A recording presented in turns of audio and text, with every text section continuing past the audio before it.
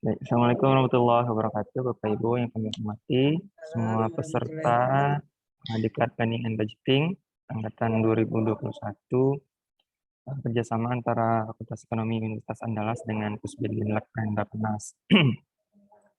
Puji syukur kita ucapkan kepada Allah Subhanahu wa Ta'ala, pagi ini kita bisa kembali bertemu dalam acara yang sangat bermanfaat sekali ini menurut kami. Salam dan salam kita sampaikan kepada Nabi Muhammad SAW, telah membawa kita ke alam yang berpengetahuan pada kali ini. Baik Bapak Ibu semua, saya harap sudah seminggu lebih ikut pelatihan ini, sudah banyak hal-hal yang Bapak Ibu peroleh berkaitan dengan perencanaan dan penganggaran khususnya. Dan kali ini sampai pada materi terkait dengan penyusunan RKPD ya, karena dari silabusnya seperti itu. Mudah-mudahan kalau Bapak Ibu yang dari daerah mungkin bisa mengikuti dengan baik. Cuman Bapak Ibu yang dari KKL, Kementerian lembaga terkait, mungkin nanti bisa menyesuaikan dengan proses penyusunan dokumen perencanaan di KL masing-masing. Nah, kali ini saya akan ke bagian materi mengenai kinerja penyelenggaraan pemerintah daerah. Nah, ini satu poin bab terakhir dari penyusunan RKPD sebenarnya. Nah, di kinerja pengelolaan pemerintah daerah ada beberapa hal yang akan kita ulas nanti.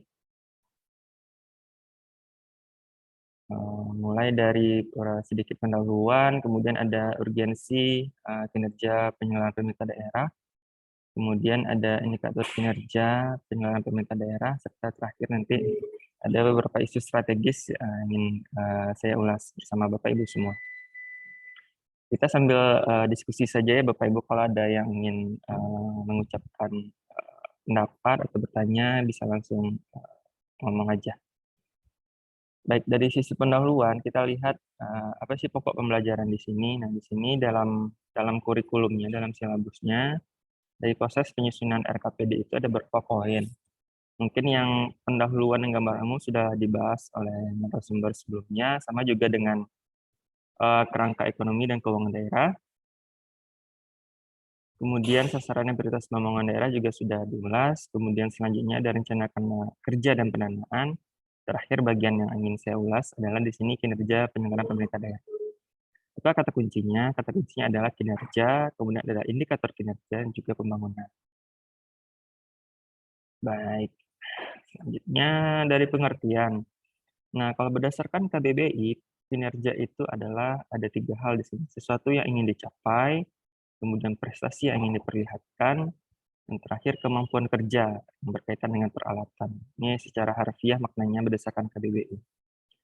Kalau berdasarkan PP 13 2019, kinerja itu penyelenggaraan pemerintah daerah adalah hasil kerja dari suatu keluaran yang dapat diukur dalam penyelenggaraan urusan pemerintahan sesuai dengan tanggung jawab kewenangan dalam waktu yang telah ditentukan. Nah, kalau dari Permendagri 86 2017, kinerja itu adalah capaian keluaran hasil atau dampak dari kegiatan atau program atau sasaran sehubungan dengan penggunaan sumber daya pembangunan. Nah, bagaimana dengan indikator kinerja? Berdasarkan Permendagri 86, indikator kinerja adalah alat ukur untuk menilai keberhasilan pembangunan secara kuantitatif dan kualitatif atau kualitatif. Nah, kalau dari Permendagri 18 2020, indikator kinerja itu adalah tanda yang berfungsi sebagai alat ukur pencapaian kinerja satu kegiatan, program atau sasaran dan tujuan dalam bentuk keluaran atau output, hasil atau outcome, dan dampak atau impact begitu. Nah, kita lihat apa sih urgensi kinerja penyelenggaraan pemerintah daerah tersebut. Nah, ini beberapa hal yang pernah saya peroleh. Jadi ada beberapa pertemuan terkait dengan kinerja ini. Ada perubahan paradigma sebenarnya dari tidak sekedar kerja saja, tapi berkinerja begitu, Pak Ibu. Kalau tidak hanya sebatas kalau bahasa Pak Presiden tidak hanya apa namanya, tapi making deliver gitu. Jadi bekinerja memastikan bahwa semua yang kita kerjakan dari program kegiatan itu tersampaikan kepada subjek atau objek dari pembangunan. Jadi berkinerja di situ making deliver sebagaimana disampaikan oleh Pak Presiden. Jadi dari input yang ada dari sisi keuangan, sumber daya, waktu, tenaga, segala macam kita proses dalam bentuk kerja sehingga ada hasil yang diperoleh di situ, tidak hanya dari apa namanya saja ya, tidak dari outputnya saja, tapi juga ada outcome-nya, ada impact, ada dampaknya di situ. Nah, kalau kita kaitkan dengan dokumen perencanaan kemarin yang sudah kita ulas, nah dari RPJP, RPJMD, dan juga RKPD kan ada benang merahnya, ada sasaran pokok di sana. Di RPJPD sasaran pokok 20 tahunan yang dibagi per 5 tahun. Kemudian di RPJMD juga ada sasaran pembangunan 5 tahun, sasaran pembangunan tahunan, dan juga ada program pembangunan secara tahunan, 5 tahunan. Di RKPD juga seperti itu, ada sasaran tahunan, program dan kegiatan. Nah, kesemuanya ini, sasaran, program dan kegiatan ini, ada ukurannya, ada kinerjanya, ada ukuran yang nanti akan menilai sasaran ini tercapai atau tidak, tujuan ini tercapai atau tidak, program ini tercapai atau tidak, kegiatan ini tercapai atau tidak. Ada kinerja, ada ukuran yang menilai keberhasilan dari pembangunan tersebut, keberhasilan dari pelaksanaan rencana pembangunan. Nah, kalau logical framework-nya, nah kita kan mulai biasanya dari tujuan, kesasaran, program kegiatan. Secara sederhananya seperti ini, ada empat tahapan. Nah, kalau dari makna performance based planning sendiri itu dimulai dari hasil yang ingin dicapai, bukan dari input yang dimiliki. Kalau input kan berarti kita di sini dari input ada keluaran output, kemudian ada outcome-nya apa, impact-nya apa, kemudian apa final input. Tapi sebenarnya itu dimulai dari sini, apa yang ingin kita capai dulu, tujuan. Kalau kita punya satu tujuan, apa yang ukuran tujuan tersebut yang ingin kita dapatkan, ingin kita capai. Kita beranjaknya dari yang kotak berwarna orange ini. Kemudian baru masuk ke sasaran. Sasaran itu apa pula ukurannya, apa impact-nya dari ini, dari outcome atau program yang ingin kita capai. Sama juga seperti itu, program terkait dengan outcome dan kegiatan terkait dengan output. Mulainya dari sebelah kiri ini, bukan dari sebelah kanan, dari output-nya, output ke outcome, ke impact, ke final impact. Tapi mulai dari apa tujuan besar yang ingin kita capai. Kemudian dari tujuan itu kita breakdown apa sasarannya, apakah ada satu sasaran, ada 2 atau 3 sasaran yang dari tujuan tersebut. Kemudian dari sasaran itu, apa program-program yang bisa mengoperasionalisasikan pencapaian sasaran dari program itu, apa detail kegiatannya yang akan dicapai untuk melaksanakan atau mencapai program yang akan kita rancang. Nah, kalau dari sisi apa namanya, pohon kinerjanya mungkin ya, pohon. Ada final impact di sini. Jadi tujuan akhirnya, tujuan kalau kita setarakan.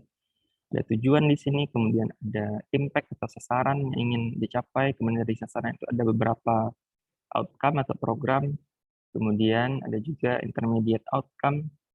Nah, karena memang beberapa kegiatan nanti itu tidak langsung bisa menciptakan outcome, tapi ada serangkaian outcome antara yang menjembatani antara output dengan outcome akhir.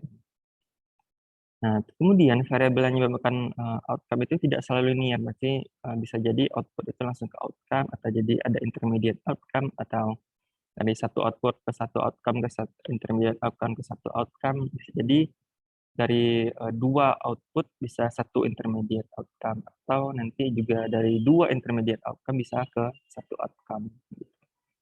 Tidak selalu linear gitu. Nah, kemudian apa yang ingin kita capai di sini? Apa tujuan dari kinerja penyelenggara pemerintah daerah tersebut? Yang pertama adalah untuk mengetahui keberhasilan penyelenggaraan pemerintahan daerah yang dalam memanfaatkan hak yang diperoleh daerah dengan capaian keluaran dan hasil yang telah direncanakan.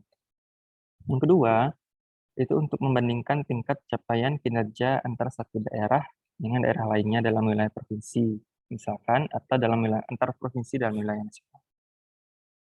Nah, yang ketiga adalah sebagai umpan balik dan rekomendasi bagi daerah untuk mendorong peningkatan kinerja penyelenggaraan pemerintah daerah sebagai feedback. Jadi kalau kita tidak punya ukuran terhadap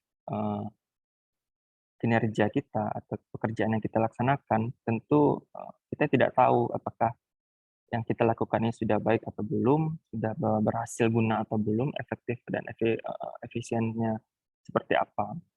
Nah, hingga kinerja ini baik sebenarnya untuk menentukan dalam proses kita merencanakan di periode selanjutnya. Jadi, ketika kita merencanakan untuk menyusun renja tahun sekarang misalkan, tentu ada ukuran ketercapaian renja tersebut.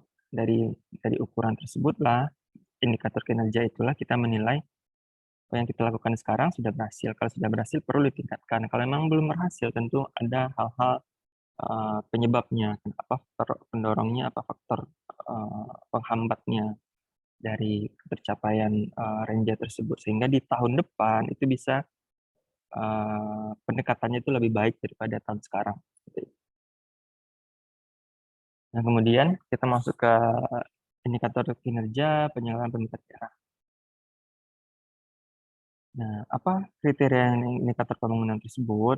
Yang pertama adalah berorientasi hasil atau berorientasi outcome. Tidak hanya apa namanya ya, sekedar output saja gitu, sekedar selesai pekerjaan udah gitu.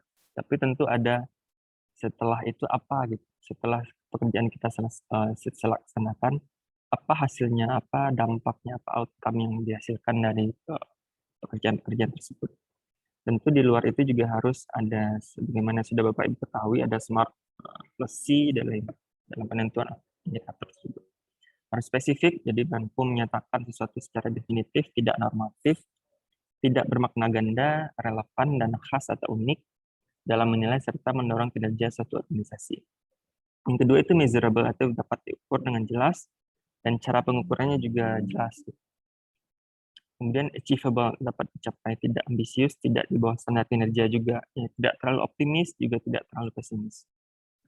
Kemudian ada relevan atau realistik atau reasonable, sesuai dengan nomenklatur sasaran, program, atau kegiatan. Jadi kadang ada juga indikator itu tidak menjawab pertanyaan yang ada dari programnya. Antara narasi sasaran dengan indikatornya tidak sesuai. Itu juga tidak diperbolehkan. Kemudian ada juga time bound atau memiliki batas waktu pencapaian. Terakhir ini continuously improve, berarti ada kualitas atau target yang disesuaikan dengan perkembangan atau strategi organisasi yang selalu disempurnakan. Nah, kalau dari beberapa regulasi, sebenarnya ada dari indikator kinerja ini ada indikator kinerja dari sisi sasaran atau dampak impact, kemudian ada indikator kinerja dari outcome atau ini outcome untuk program biasanya. Nah, ini saya menyarikan dari Permendagri 86 2017, sudah cukup lama aturan ini. Sebenarnya dari Permendagri 54 2010 itu sama saja dengan lampiran Permendagri 86 2017 yang membagi indikator kinerja penyelenggaraan pemerintah daerah itu indikator kinerja sasaran atau dampak, indikator kinerja outcome. Nah, dampak ini itu lebih umum sifatnya, lebih makro. Contohnya untuk aspek kesejahteraan masyarakat dan aspek daya saing daerah. Dari aspek kesejahteraan masyarakat ada beberapa dari pertumbuhan PDRB atau pertumbuhan ekonomi ya. Kemudian ada pendapatan per kapita, ada indeks Gini atau ketimpangan pendapatan, kemudian ada indeks Williamson atau ketimpangan wilayah, kemudian ada tingkat kemiskinan, tingkat pengangguran, dan juga indeks pembangunan manusia. Ini sudah lazim sebenarnya untuk menentukan aspek kesejahteraan masyarakat.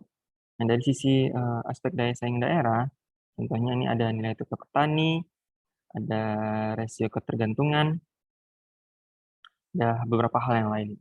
Nah, ini dari sisi level dampak atau kinerja sasaran yang sifatnya makro. Jadi, tidak mungkin pertumbuhan PDRB atau laju pertumbuhan ekonomi itu kita taruh di indikator program seperti itu. Nah, yang outcome ini lebih kecil dari indikator dampak. Ini contohnya ini dibagi per urusan.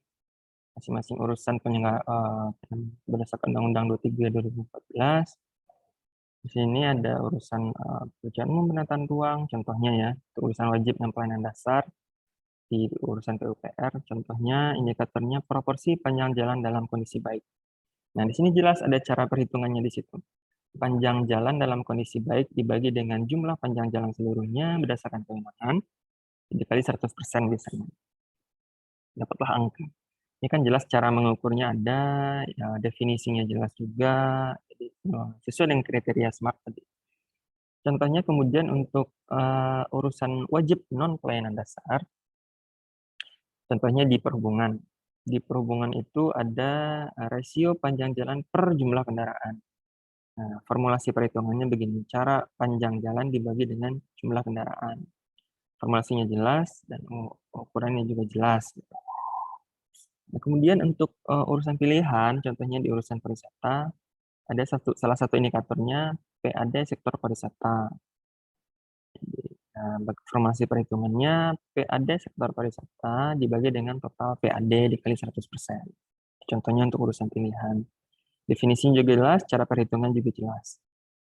Nah, untuk penunjang urusan di luar urusan-urusan yang ada, contohnya di fungsi keuangan atau perencanaan, yang lain juga ada diklat, pendidikan pelatihan, kepegawaian, dari sisi apa namanya sekretariat daerah, sekretariat DPRD. Nah, salah satunya fungsinya adalah fungsi keuangan di sini.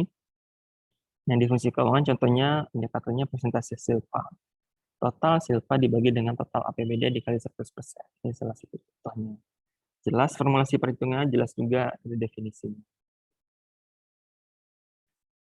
Nah, selanjutnya, nah ini saya mengambil salah satu contoh di daerah di Sumatera Barat, bagaimana kita melihat apa namanya keterkaitannya apa yang sudah kita bahas minggu kemarin, bagaimana sinkronisasi antara perencanaan dan penganggaran, sinkronisasi antar dokumen perencanaan,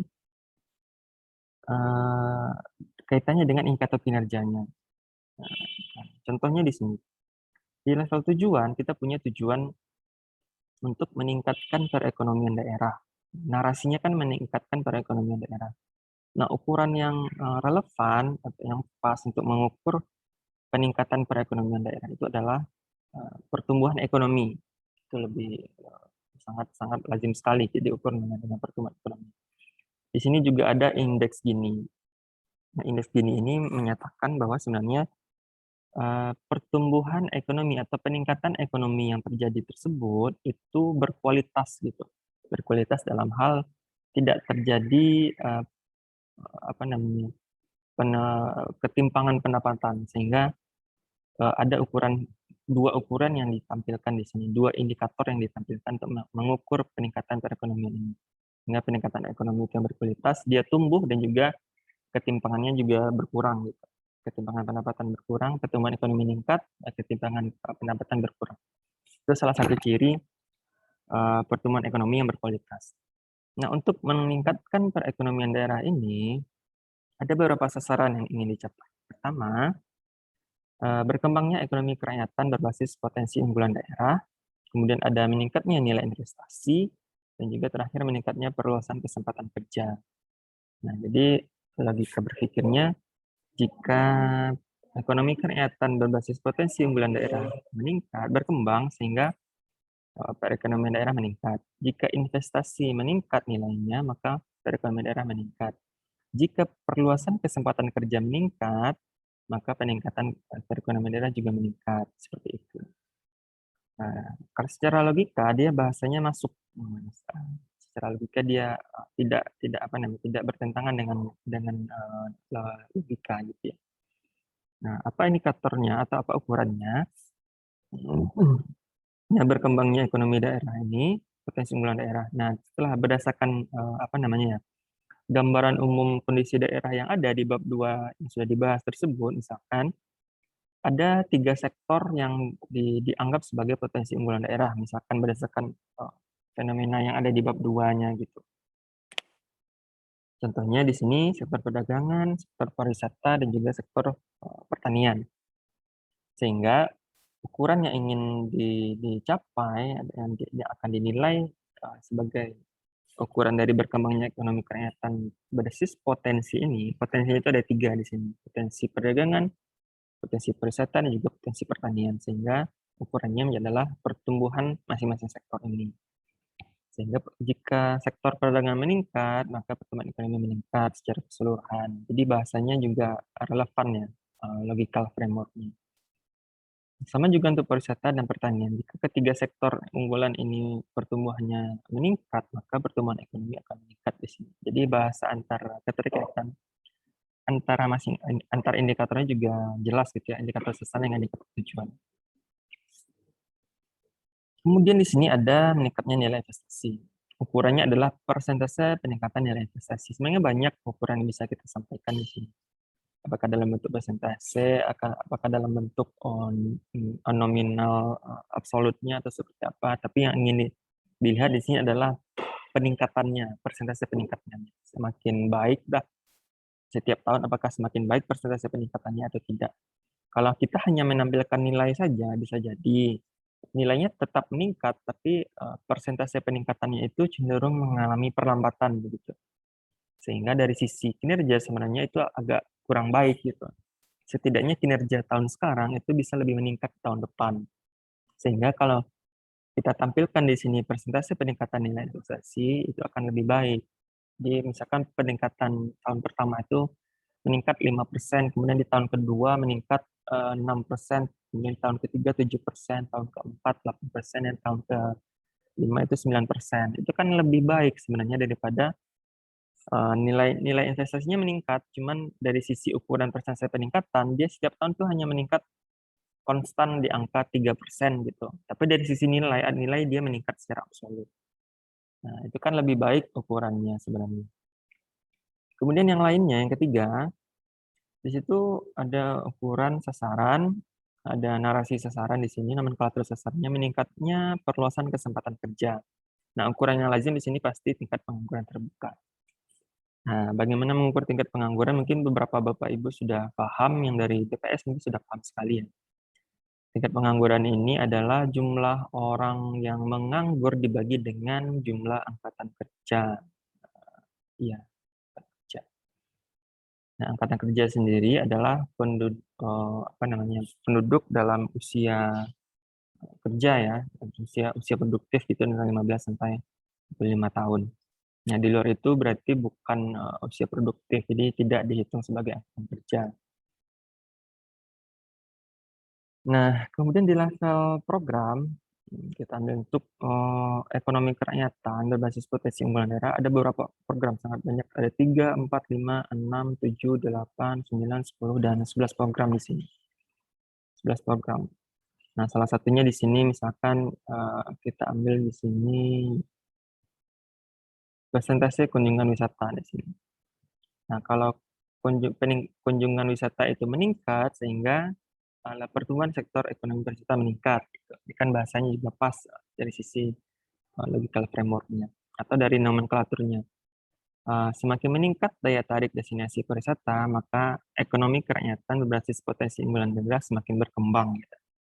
Nah, bahasanya kan juga pas dari sisi melihat jika dan makanya, dari sisi penyusunan pohon kinerja. Nah, dari sini juga sama. Jika iklim penanaman modal itu meningkat, maka nilai investasi akan meningkat juga gitu. Atau dari promosi, semakin gencar promosi penanaman modal, maka diharapkan nilai investasi juga meningkat, seperti itu. Atau dari sisi sasaran yang ketiga, dari perluasan kesempatan kerja. Jika produktivitas tenaga kerja itu meningkat, maka perluasan kesempatan kerja juga meningkat gitu.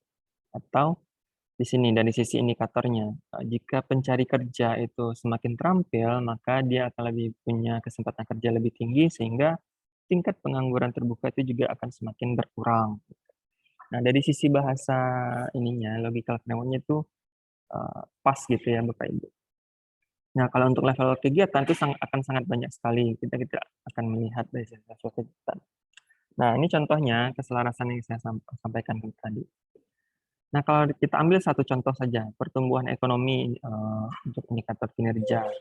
Dari RPJP, RPJMD, dan RKPD, kita akan lihat bagaimana keterkaitannya. Misalkan di RPJP-nya seperti ini. Untuk, sasaran pokok 20 tahunan,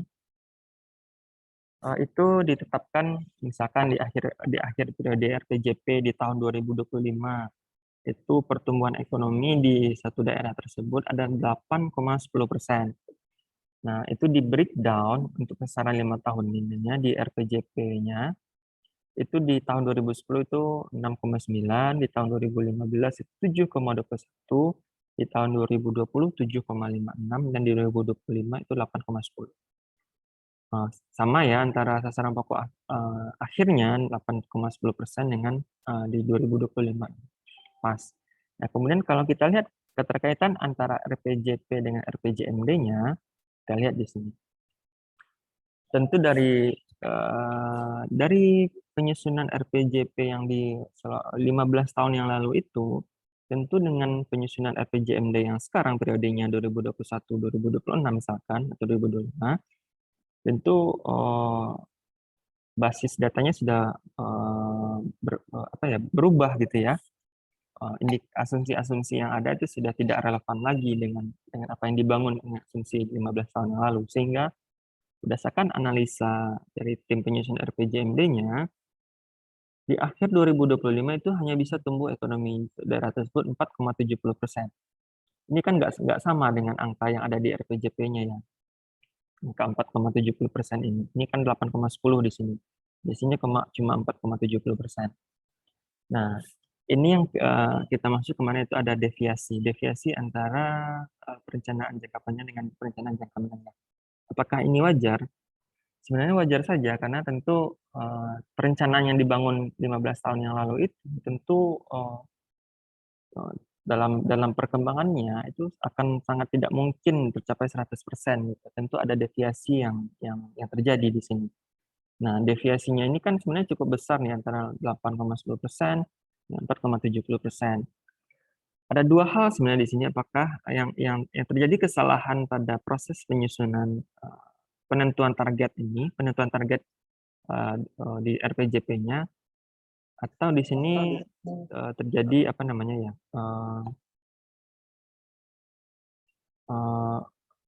ada apa namanya, shock terhadap atau tekanan terhadap proses perencanaan, atau bukan proses, dari proses perkembangan yang terjadi itu ada shock seperti yang kita alami kemarin, pandemi COVID-19, sehingga target yang sudah direncanakan itu deviasinya menjadi sangat besar sekali gitu, dari 8,10% ke 4,70%.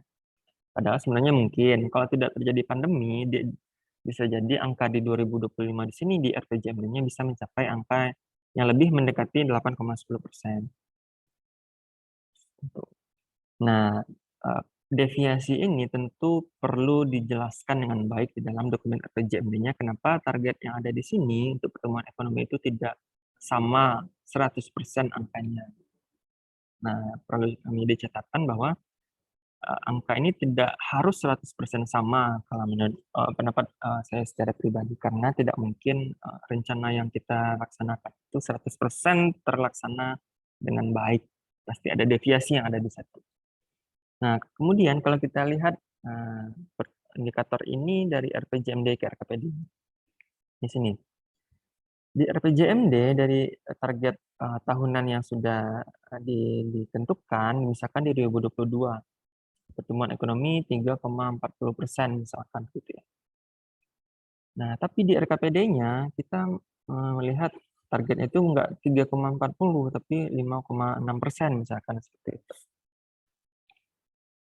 Kenapa beda? Mungkin dari sisi apa namanya ya, penyusunan dari RPJMD itu disusun misalkan ya sampai di awal tahun ini, misalkan di awal tahun 2021 sampai pertengahan tahun 2021, itu berdasarkan data tren misalkan 10 tahun terakhir atau 5 tahun terakhir, berdasarkan perkembangan pandemi COVID yang terjadi, sehingga diprediksilah pertumbuhan ekonomi itu bisa seperti ini, dari 3,44, 3,40, 4,57, 4,60, sampai 4,70% di 2025.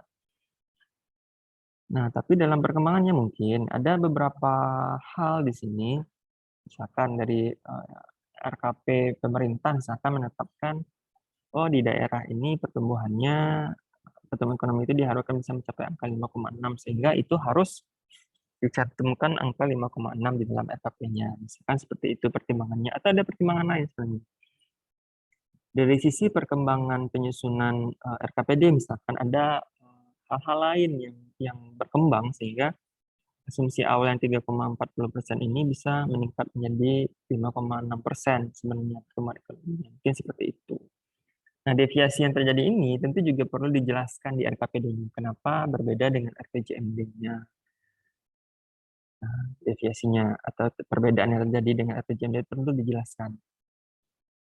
Kemudian dari dokumen RKPD-nya sendiri di sisi tujuan ke sasaran, misalkan di sini tujuan RKPD-nya tadi kita lihat di sini meningkatkan perekonomian daerah dengan pertumbuhan ekonomi. Pertumbuhan ekonominya misalkan di sini 5,6. Kemudian ada sasaran. Kita ambil contoh di sini perdagangan indikatornya. Laju pertumbuhan sektor perdagangan. Nah, jadi bisa ditargetkan 5%. Nah, dari sasaran ini ada programnya, ada beberapa program. Kita ambil contoh programnya, program pengembangan UMKM dengan indikator pertumbuhan UMKM. Nah, diharapkan di program ini UMKM itu bisa tumbuh sampai 50% di tahun 2022. Nah, dari programnya ada salah satu kegiatan di situ. Ada kegiatan pengembangan usaha mikro dengan orientasi peningkatan skala usaha menjadi usaha kecil di situ. Dengan indikatornya adalah jumlah usaha mikro menjadi usaha kecil. Dengan target di sini ada 5 UMKM. Jadi di tahun 2022 diharapkan ada usaha mikro yang menjadi usaha kecil itu sebanyak 5 UMKM. 5 usaha mikro menjadi usaha kecil di tahun 2022. Kemudian ada lagi sub kegiatannya. Nah, di sub kegiatannya ini ada subkegiatan fasilitasi usaha mikro menjadi usaha kecil dalam pengembangan produksi, pengolahan, pemasaran, SDM, data desain, dan teknologi.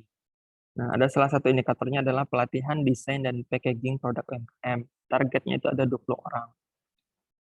Nah, ini kita lihat keselarasan indikator dari misalkan untuk komponen pertumbuhan ekonomi di RPJP, kemudian di RPJMD-nya kita breakdown, kemudian di RKPD-nya kita breakdown lagi dari tujuan ke sasarannya, khusus di perdagangan di programnya terkait dengan UMKM, kegiatannya usaha mikro menjadi usaha kecil, dan subkegiatannya ada pelatihan desain dan packaging, seperti itu. Itu contoh keselarasan yang bisa saya gambarkan Bapak Ibu. Nah, kemudian dari sisi perhitungan target kerja tadi, kenapa kita bisa menentukan, oh ini 5%, ini 6%, ini 50%, ini 5, 20 gitu.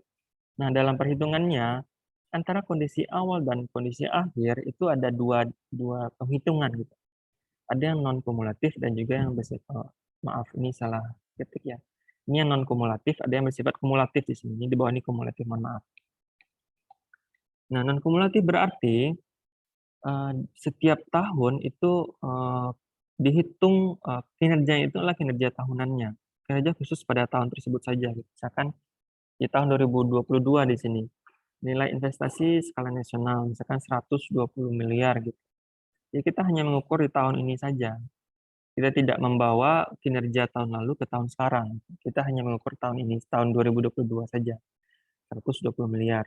Apakah 120 miliar tercapai atau tidak? Ya, itu dilihat di akhir tahun anggarannya. Misalkan hanya tercapai 110 gitu. Berarti ya kinerjanya 110 bagi 120 kali 100%. Nah, itu kalau bersifat non kumulatif. Tapi kalau bersifat kumulatif itu kinerja tahun lalu itu dibawa ke tahun sekarang.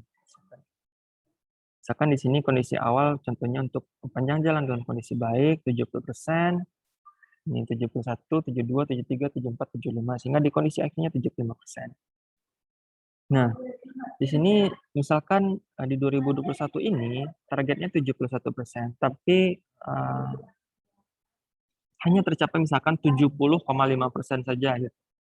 Nah, karena ditargetkan di 2022 itu 72%, berarti hutang tahun kemarin itu harus kita capai sekarang menjadi 72. Berarti kan bukan peningkatan 1% lagi, tapi 1,5% gitu.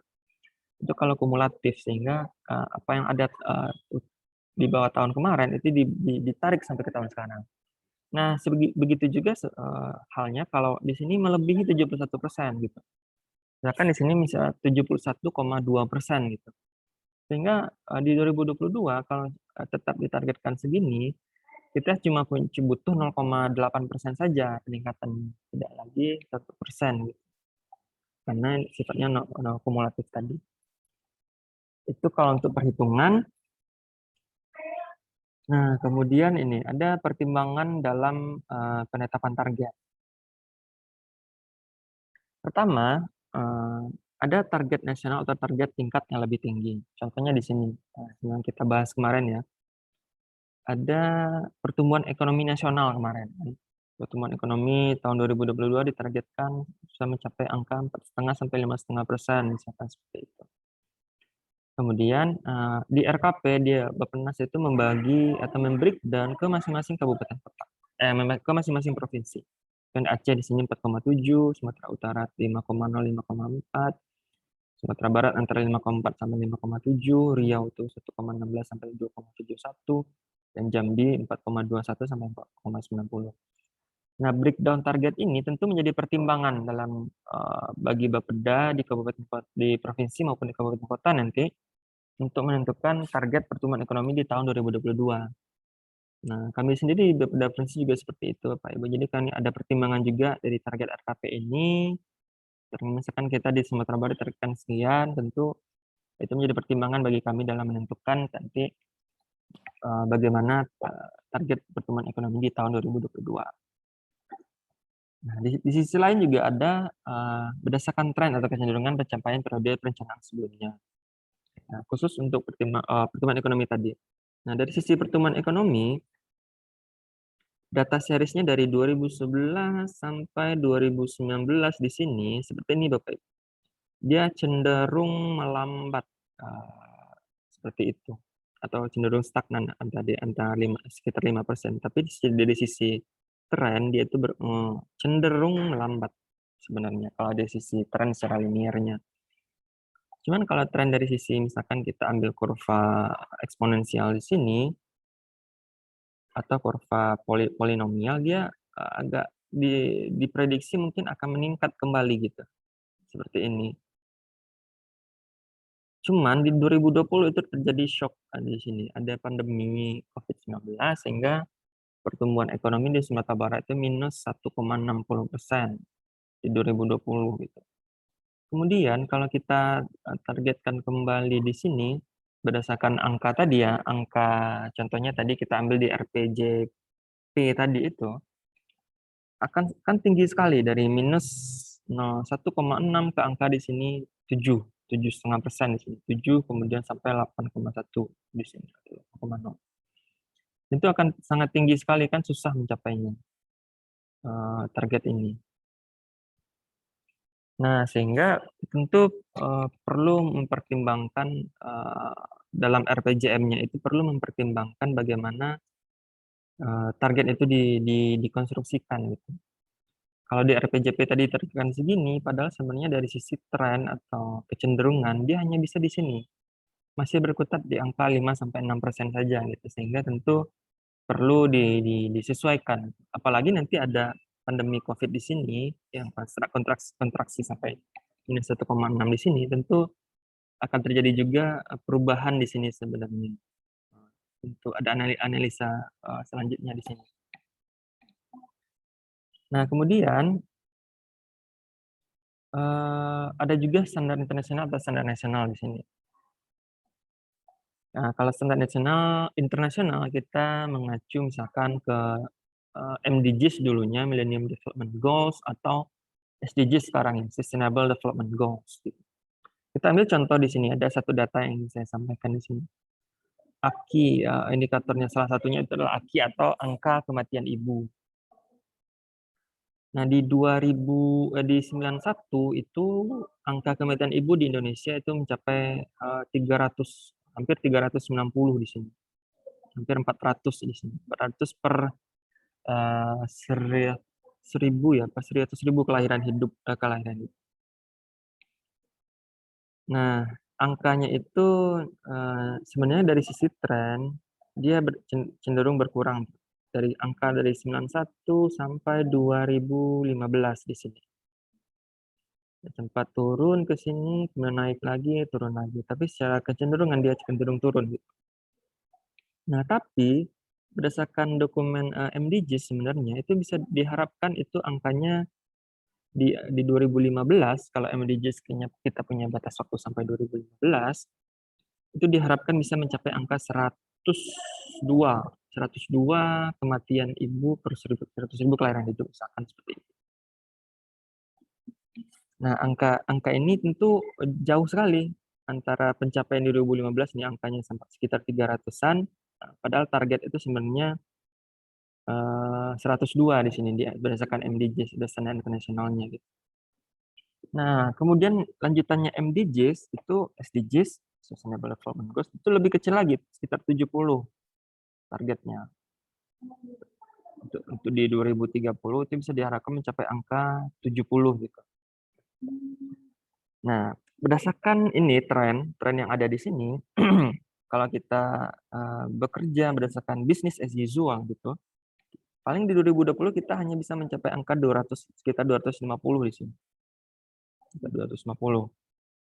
Nah, tentu kita harus punya effort lebih untuk bisa mencapai gap yang sangat jauh ini antara 70 dengan 250 ini. Kalau business as usual di sini, padahal targetnya adalah 70. Sehingga pemerintah dalam RPJMN menetapkan ini targetnya. Tidak berdasarkan tren linear ini, tapi lebih tajam ke bawah ini. Sehingga bisa ditargetkan di sekitar angka 180 di sini di 2024. 170 sampai 180 angka ini. Ini kalau kita mengacu ke standar internasional atau dari SDGs seperti itu. Gap yang ada perlu kita reduksi lebih tinggi. Tidak hanya bekerja berdasarkan business as usual seperti ini, tren ini, tapi ada effort lebih untuk bisa mencapai angka target di 2030-nya nanti di akhir SDGs. Kemudian terakhir pertimbangannya adalah ketersediaan sumber daya. Khususnya di sini adalah sumber daya keuangan gitu. Nah, kita lihat di sini contohnya untuk Sumatera Barat. Di sini kapasitas real kemampuan keuangan daerah, kapasitas fiskal daerah, rasio kemandirian keuangan daerah di sini. Sumatera Barat itu hanya berkisar di angka 33 sampai 36% saja. Jadi lebih banyak bergantung kepada dana perimbangan dari pemerintah pusat gitu. Nah, dana perimbangan ini hampir semua daerah saya pikir seperti itu. Bergantung kepada dana perimbangan. Hanya segelintir daerah kecil yang tidak bergantung kepada dana perimbangan dari pemerintah pusat. Nah, cuman dari sisi rata-rata secara nasional, Sumatera Barat itu juga relatif di bawah rata-rata nasional. Rata-rata nasional ada di angka 44, 46 sampai 48% di sini antara 2017 sampai 2020. Misalkan data BPS nih, statistik keuangan daerah provinsi 2017 sampai 2020. Sehingga kita bisa berkaca sebenarnya Sumatera Barat itu kemampuan kemandirian keuangan daerah itu tidak relatif berada di bawah rata-rata nasional, sehingga untuk bisa menentukan target tentu tidak bisa terlalu optimis juga dan menetapkan target di dalam RPJMD maupun di dalam RKPD-nya nanti. Karena dari sisi keuangan kita juga sangat terbatas sekali. Kecuali pemerintah provinsi bisa mencari sumber-sumber pendanaan lain, sumber kreatif financing, sehingga keterbatasan kemampuan keuangan daerah ini bisa direduksi, gitu, diminimalisir. Gitu Bapak Ibu, sementara ada yang ingin kita diskusikan dulu sebelum saya masuk ke isu strategis Bapak Ibu.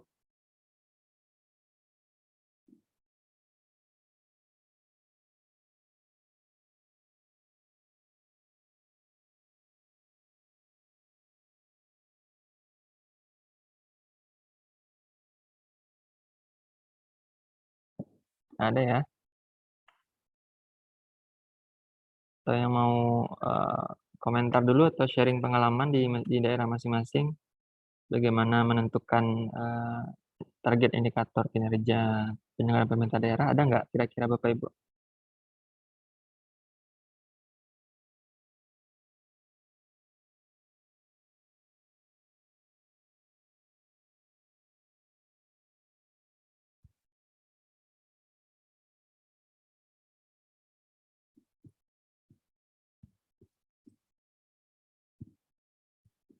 Nggak ada ya? Oke, kita lanjut sementara ya. Baik, kemudian, saya lanjut ke isu strategis. Nih, ini sebenarnya dari tahun kemarin menjadi, polemik di daerah terutama dengan keluarnya Permendagri nomor 90 tahun 2019. Di mana yang dulunya ada cuma sampai kegiatan, sekarang ada sampai subkegiatan. Tujuan, kesasaran, program, kegiatan, kemudian ada subkegiatan di sini. Nah, kalau kita refleksikan dengan, performance based planning tadi, legal framework-nya, tentu antara kegiatan yang awalnya itu output output, kita subkegiatan yang kita, selaraskan menjadi output. Berarti subkegiatan itu menjadi output, yang kegiatan itu ada intermediate, outcome yang ingin dicapai, kemudian dari program itu ada outcome-nya, kemudian dari sasaran impact, dan tujuan itu, final impact-nya gitu, kayak gitu. Nah, Permendagri 90 sendiri, kalau dari kacamata, apa namanya, Kementerian Pan-RB mungkin ya, eee, seharusnya kan, agak sedikit luas ya, Bapak Ibu, terutama di daerah, jadi seakan-akan, Permendagri 90 ini menutup, inovasi atau kreativitas pemerintah daerah untuk, apa namanya, merumuskan program kegiatan atau subkegiatan di luar, kelaziman atau apa ya, keharusan yang ada, sehingga, eee, apa yang ingin kita capai dari segi tujuan dan sasaran itu bisa lebih, tepat sasaran gitu. Kadang-kadang program atau kegiatan atau subkegiatan yang ada, itu belum bisa menampung, semua permasalahan atau, apa namanya ya, permasalahan yang ada di daerah, misalkan seperti itu. Nah, kemudian, isu lainnya adalah standarisasi indikator pembangunan. Nah, kalau kita merujuk ke untuk khususnya ke penyusunan RKPD, tentu ke Permendagri 86 2017. Kemudian sekarang itu ada juga Permendagri 18 tahun 2020 tentang, apa namanya, evaluasi kinerja pengelolaan pemerintah daerah, petunjuk pelaksanaan dari PP 13 2019. Kemudian ada juga rujukan kita ini kata global seperti SDGs. Kita ambil contoh di sini. Di Permendagri 86 itu ada satu indikator persentase, rumah tangga pengguna listrik, di mana formulasinya itu adalah jumlah rumah tangga berlistrik dibagi dengan jumlah total rumah tangga. Sama dengan indikator global SDGs juga seperti itu, rasio elektrifikasi bahasanya, cuman formulasi perhitungannya itu sama, jumlah rumah tangga berlistrik dibanding dengan jumlah rumah tangga. Cuman di Permendagri 18 itu, ukurannya diganti gitu Bapak Ibu, bukan rumah tangga lagi, lokusnya, tapi desa, desa teraliri listrik. Nah, ini kan, menjadi, rancu juga bagi kami di daerah menilai, ini sebenarnya yang kita acu yang mana gitu. Kalau sekedar desa teraliri listrik mungkin, hampir semua desa juga sudah teraliri listrik gitu, tapi apakah semua rumah tangga sudah teraliri listrik? Tentu belum. Nah, sebenarnya kan kalau untuk bisa melihat, kinerja yang lebih making deliver kata Pak Presiden tersebut, tentu ukurannya sangat yang lebih kecil ke rumah tangga akan lebih bisa menggambarkan kinerja penyelenggaraan pemerintah daerah yang lebih baik. Tidak hanya sekedar, "Oh, desa itu sudah ada jaringan listriknya berarti sudah oke," sudah teraliri listrik misalkan. Nah, tapi dari sisi rumah tangganya belum semua, mungkin baru sekelompok, rumah tangga saja. Misalkan dari 1.000 rumah tangga yang ada baru 100 yang teraliri, kan, eee, belum mencapai semua, apa namanya, subjek pembangunan yang ada, semua masyarakat yang ada. Nah, ini catatan penting juga. Nah, selanjutnya, sebagai bahan diskusi juga buat, kita semua. Nah, sebenarnya kan tujuan, pembangunan itu untuk melindungi segenap bangsa Indonesia, mewujudkan kesejahteraan umum, mencerdaskan kehidupan bangsa, melaksanakan ketertiban dunia, berdasarkan kemerdekaan, perdamaian abadi, dan keadilan sosial.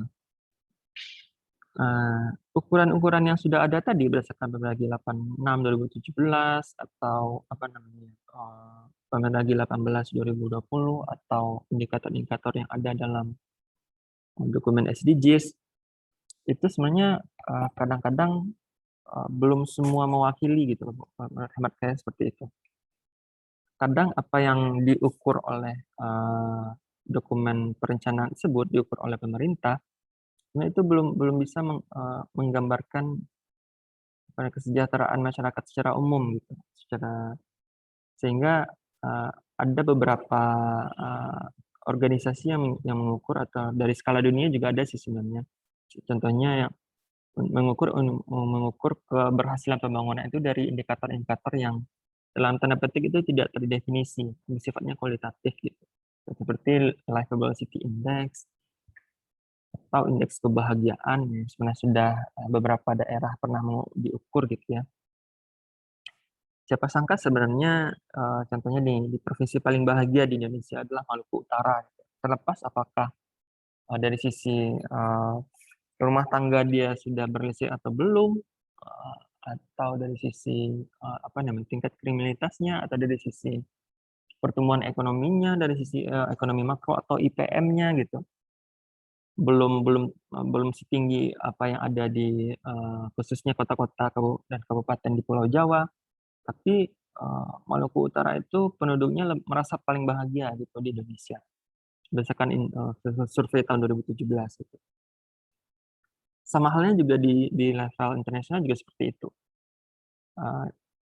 Kalau kita lihat GDP misalkan negara-negara yang kaya seperti Amerika Serikat, Cina, Jepang, atau negara-negara Eropa seperti Jerman, Prancis, Inggris, Spanyol, dan lain-lain, itu kan negara dengan GDP yang terbesar di dunia. Tapi dari sisi kebahagiaan tadi, apakah penduduk di sana bahagia dengan GDP per kapita yang sangat tinggi tersebut? Tentu kadang nggak juga gitu.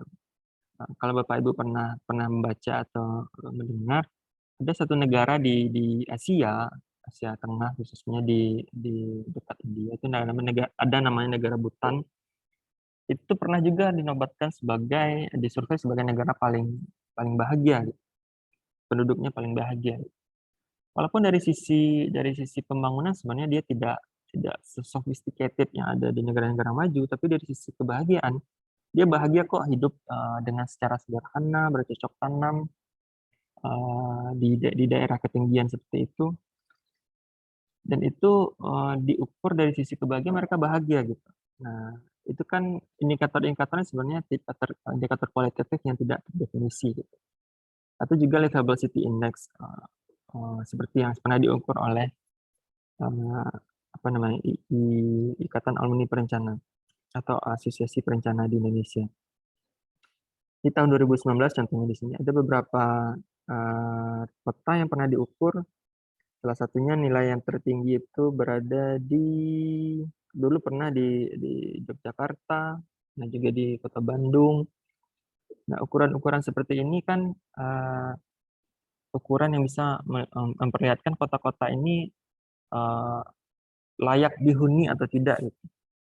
Tidak hanya dari sekedar pertumbuhan ekonominya saja, tidak hanya dari sekedar ketersediaan jaringan jalan, listrik, atau ketersediaan infrastruktur pendidikan atau kesehatan.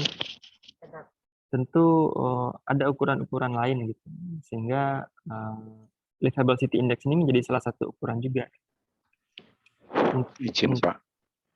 Oh iya Pak, silakan Pak. Oke siap Pak, ini tertarik saya juga ini, dan beberapa kali coba saya pelajari tapi belum utuh pemahaman saya Pak. Itu kalau seandainya ya Pak, misalnya kita kalau di Jogja itu pendapatan per kapita masih di bawah rata-rata ya, tapi indeks kebahagiaannya itu tinggi.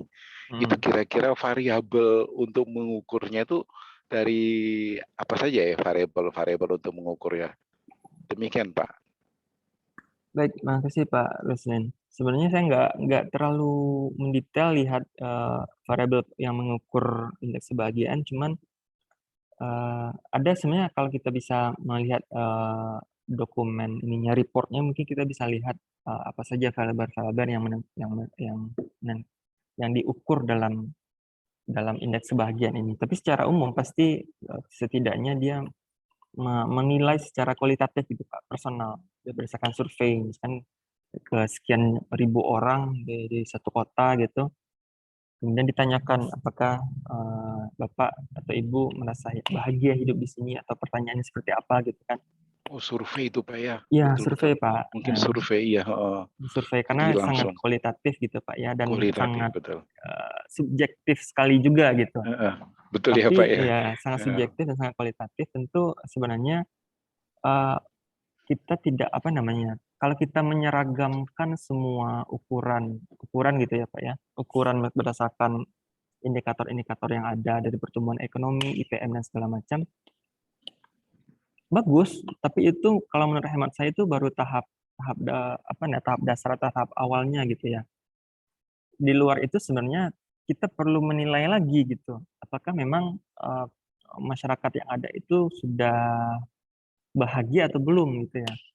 Mereka nyaman nggak sih tinggal di kota ini, mereka bahagia nggak sih tinggal di kota ini gitu. Tentu perlu ini juga gitu. Kadang kita menyeragamkan ukuran kesejahteraan masyarakat itu sama gitu, menyeragamkan ukuran dari pendapatan per kapita, dari IPM, dari apa namanya pertumbuhan ekonomi, dari Gini rasionya atau seperti apa.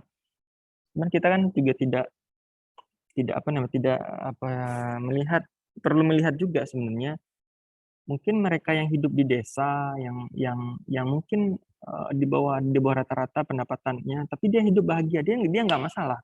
Dia nggak punya perangkat elektronik yang paling paling mutakhir atau jalan jalan desanya dibangun dengan aspal hot mix yang bagus gitu, dia nggak peduli. Yang penting dia sudah bahagia hidup dengan seperti ini. Itu kan kita juga nggak apa namanya ya nggak bisa juga menafikan bahwa bahwa ada masyarakat yang mempunyai ukuran seperti itu gitu. Kalau menurut hemat saya sih seperti itu. Kadang kadang kita melupakan hal-hal yang dalam tanda petik tidak terdefinisi itu.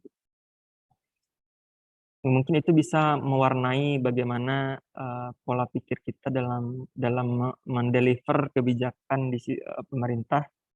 Bagaimana bukan lagi apa nah, kalau di Jepang itu katanya sudah society 5.0 gitu, bukan lagi 4.0 lagi gitu ya, Bapak Ibu, kalau kita pernah dengar beberapa narasumber memberikan referensi seperti itu. Yang gitu Pak Roslin. Ya, terima kasih Pak. Ya, terima kasih Pak.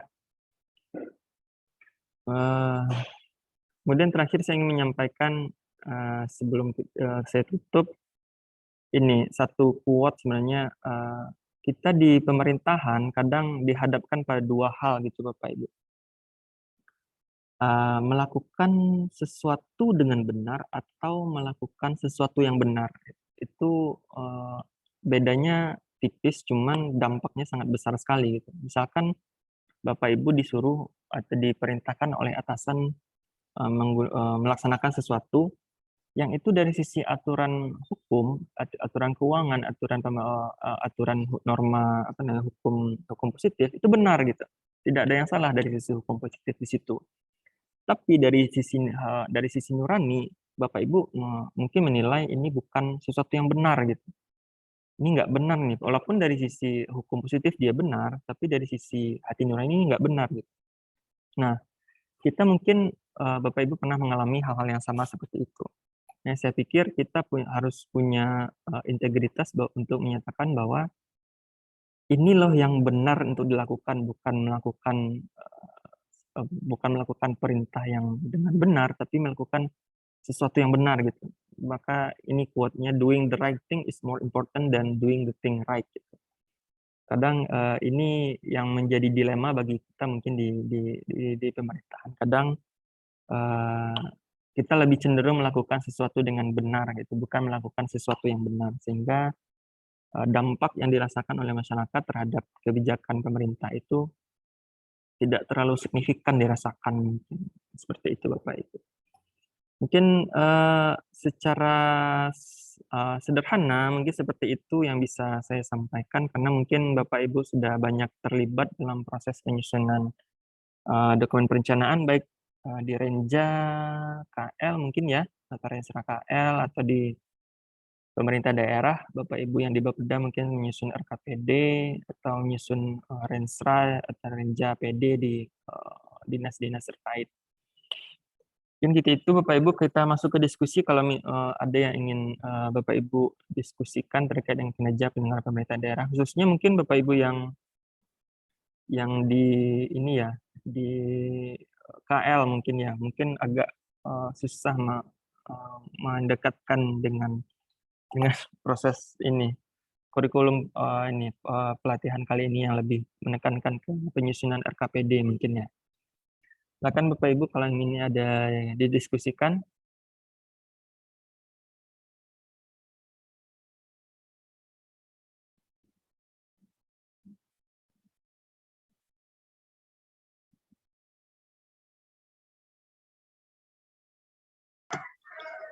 Izin Pak Ya, Hamdi. silakan Pak Ade.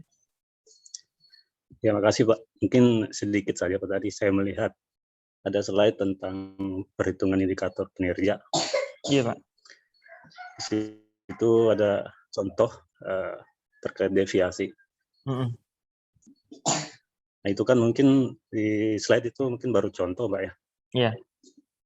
Nah kenyataannya tentang deviasi ini tahun kemarin itu kan kita memang mengalami deviasi Pak ya. Apakah jika terjadi deviasi itu dalam skemanya pemerintah memang menyiapkan regulasi apabila terjadi deviasi, atau bagaimana Pak ya kesiapan kita untuk ke depan menghadapi jika terjadi kembali pertumbuhan ekonomi yang minus ini? Mungkin itu aja Pak. Oke, makasih Pak Ade. Ya, ini dilematis juga ya Pak Ibu. Yang menilai kan nanti bukan kita dari sisi perencanaan ya, tapi misalkan dari inspektoratnya atau yang akan menilai apakah, atau dari pemeriksa yang akan menilai apakah dokumen perencanaan yang sudah kita susun itu dilaksanakan dengan baik atau tidak. Nah, deviasi tadi itu berarti kan dinilai oleh pemeriksa tadi atau inspektorat tadi gitu kan ya. Nah, yang saya pahami, saya alami di daerah, kadangkala pemeriksa ini kayak pakai kacamata kuda gitu. Kalau yang direncanakan A, ya berarti harus harus dilaksanakan atau capainya harus A juga gitu. Dia tidak punya toleran terhadap deviasi yang ada gitu. Nah, kacamata kuda antara dokumen perencanaan misalkan yang ada di RKP atau di RKPD dengan apa yang ada nanti di dokumen penganggarannya APBD-nya misalkan seperti itu harus sama, atau dari apa yang ada di dokumen penganggaran yang sudah dianggarkan ternyata di akhir tahun anggaran realisasinya tidak sejalan, dia nggak bisa terima juga gitu. Padahal kita sudah mengungkapkan alasan dibalik kenapa dia tidak tercapai, kenapa dia berbeda gitu. Nah, pemahaman terkait dengan deviasi antara perencanaan dengan pelaksanaan rencana ini juga perlu sepaham antara kita di institusi perencanaan dengan institusi yang akan memeriksa dokumen perencanaan atau di inspektorat intinya, di pengawasan nantinya gitu. Nah, yang saya alami selama ini memang terkesannya seperti itu, Bapak Ibu. Tidak ada pemahaman yang sama antara terkait dengan penyusunan dokumen perencanaan ini antara institusi perencanaan dengan pengawasan gitu.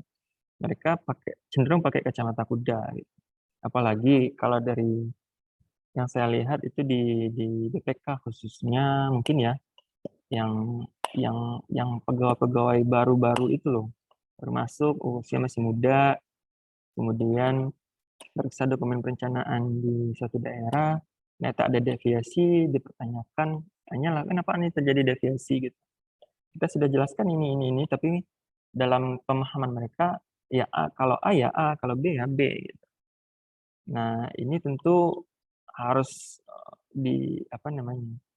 diberikan juga pemahaman kepada lembaga tersebut, institusi tersebut, bahwa sebenarnya antara perencanaan dan penganggaran itu bisa terjadi deviasi, sangat mungkin terjadi deviasi.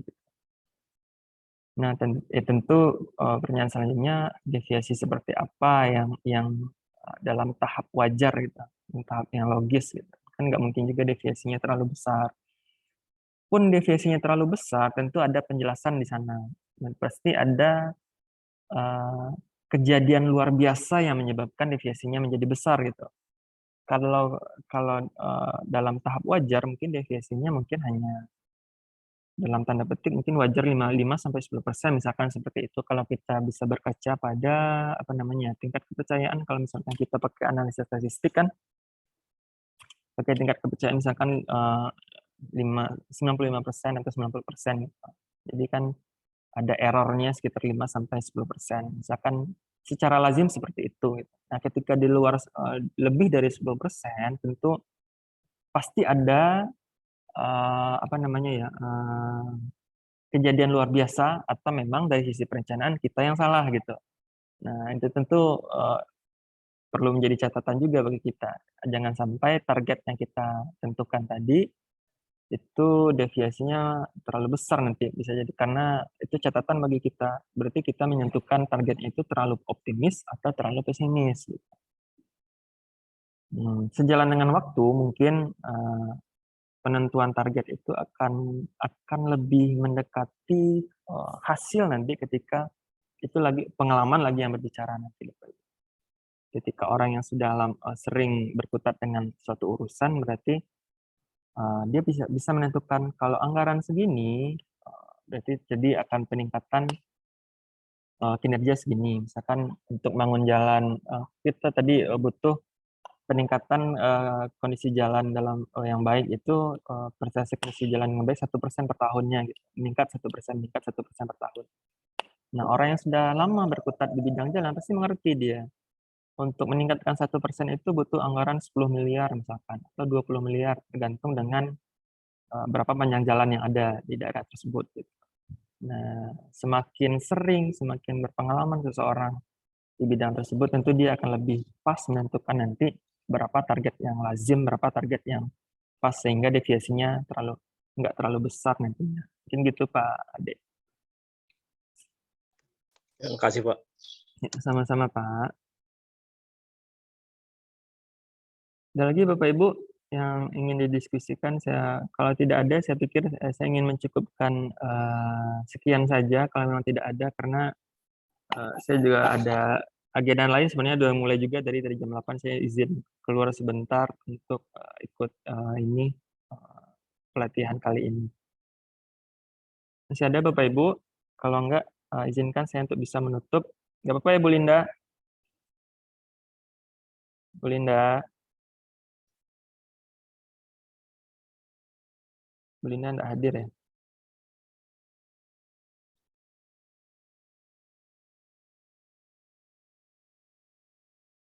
Enggak ada ya? Oh, ya. Oke, baik. Mohon maaf ya Bapak Ibu semua, saya sedikit mempercepat sesi kali ini. Mudah-mudahan apa yang saya sampaikan dari terkait dengan kinerja penyelenggara pemerintah daerah bisa menjadi bahan diskusi dan bahan pemikiran bagi Bapak Ibu dalam menyusun dokumen perencanaan ke depan. Banyak maaf, billahi taufiq wal hidayah. Assalamualaikum warahmatullahi wabarakatuh. Waalaikumsalam warahmatullahi Waalaikumsalam wabarakatuh. Terima kasih Pak Hamdi atas waktu yang diberikan pada kesempatan kali ini dan materi yang diberikan. Baik Bapak-Bapak, Ibu-Ibu, sebelum sesi ini berakhir, kita bisa lakukan sesi foto bersama seperti biasa. Bapak-Bapak, Ibu-Ibu, silakan on kamera. Oke, ada 2 tangkapan layar. Layar yang pertama, sebentar.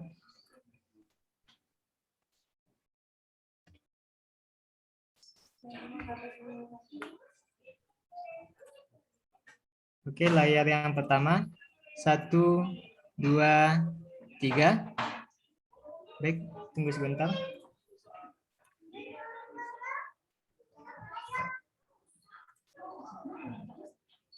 layar yang kedua. 1, 2, 3. Baik, terima kasih Bapak-Bapak, Ibu-Ibu. Terima kasih Pak Hamdi atas waktu yang telah diluangkan untuk pagi ini. Dan terima kasih atas materi yang disampaikan. Terima kasih Pak Adi. Pamit ya Bapak Ibu, izin live. Assalamualaikum warahmatullahi wabarakatuh. Waalaikumsalam warahmatullahi wabarakatuh.